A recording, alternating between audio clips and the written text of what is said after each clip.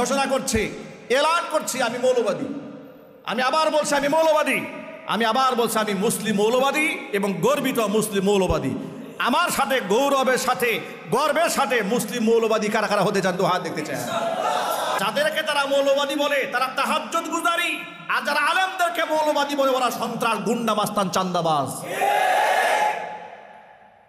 সুতরাং মৌলবাদী এই শব্দটা ভারত থেকে আমদানি করা শব্দ। বাংলাদেশি ইসলামপন্থীদেরকে দমানোর জন্য বিগত স্বৈরাচারীর আমলে মৌলবাদ মৌলবাদ মৌলবাদ বলে বলে আলেম ওলামা, দাড়ি, টুপি, পরহেজগার, মাদ্রাসার শিক্ষক, ছাত্র, মুফতি, মুহাদ্দিস, দিনদার, ইমামদার প্রকৃতিদেরকে শান্তি মতো নামাজও পড়তে দেয় নাই, মুখে দাড়িও রাখতে দেয় নাই, টুপিও রাখতে দেয় নাই, বুরকা পরা মহিলাদেরকে রাস্তাঘাট থেকে ধরে জঙ্গি মামলায় ফাঁসিয়ে দিয়েছে। কথা বলেন ঠিক কিনা বলেন? আবার সেই স্বৈরাচারের পথেই বাংলাদেশের কিছু রাজনীতিবিদ ইদানিং দেখতে পাচ্ছি আবার মৌলবাদের সেই পুরাতন গান নতুন করে গাওয়া শুরু করেছে।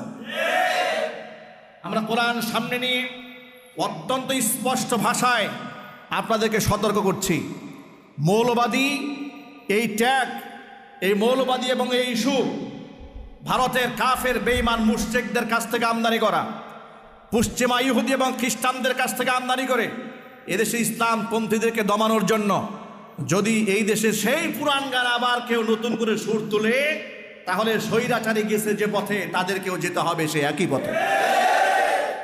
আমি গর্বিত একজন মুসলিম মৌলবাদী।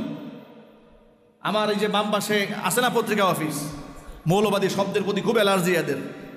আমি প্রকাশ্যে ঘোষণা করছি, এলান করছি আমি মৌলবাদী। আমি আবার বলছি আমি মৌলবাদী। আমি আবার বলছি আমি মুসলিম মৌলবাদী এবং গর্বিত মুসলিম মৌলবাদী। আমার সাথে গৌরবের সাথে গর্বের সাথে মুসলিম মৌলবাদী কারা কারা হতে চান? তো হাত দেখতে চায়।